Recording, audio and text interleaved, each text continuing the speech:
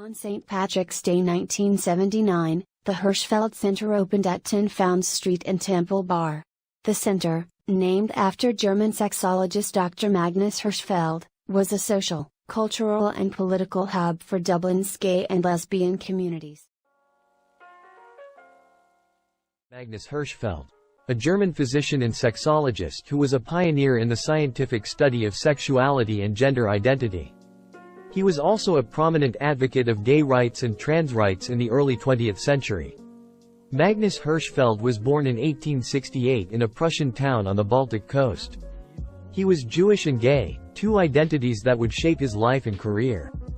He studied medicine and became interested in sexuality after witnessing the suffering of many of his gay patients who faced discrimination, harassment, and suicide. He believed that sexual orientation was innate and not a choice, and that scientific understanding of sexuality would promote tolerance and acceptance of sexual minorities. In 1897, he founded the Scientific Humanitarian Committee, the world's first gay rights organization. Its main goal was to fight for the repeal of paragraph 175 of the German Penal Code, which criminalized sexual contact between men.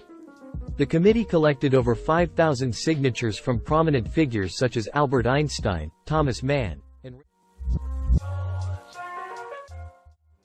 Temple Bar is Dublin's cultural and nightlife quarter. It is made up of a network of 18th century streets, reinvented in the 1990s as a hive of creative activity. Today, it forms the geographic and perhaps the social heart of the city. The streets in Temple Bar are named after 18th century landowners, such as the Temple family who gave the area its name.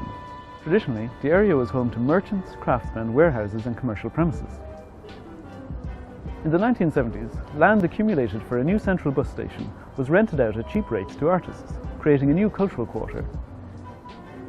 Eventually, the bus station plan was abandoned, and a wave of investment in the 1990s brought many new cultural institutions to the area. Meeting House Square is surrounded by cultural buildings. The Ark, a cultural centre for children, contains a giant stage allowing for outdoor performances. The Gallery of Photography continues the Dublin tradition of facing public buildings with white Portland stone. The photographic archive opposite is an essay in red brick postmodernism.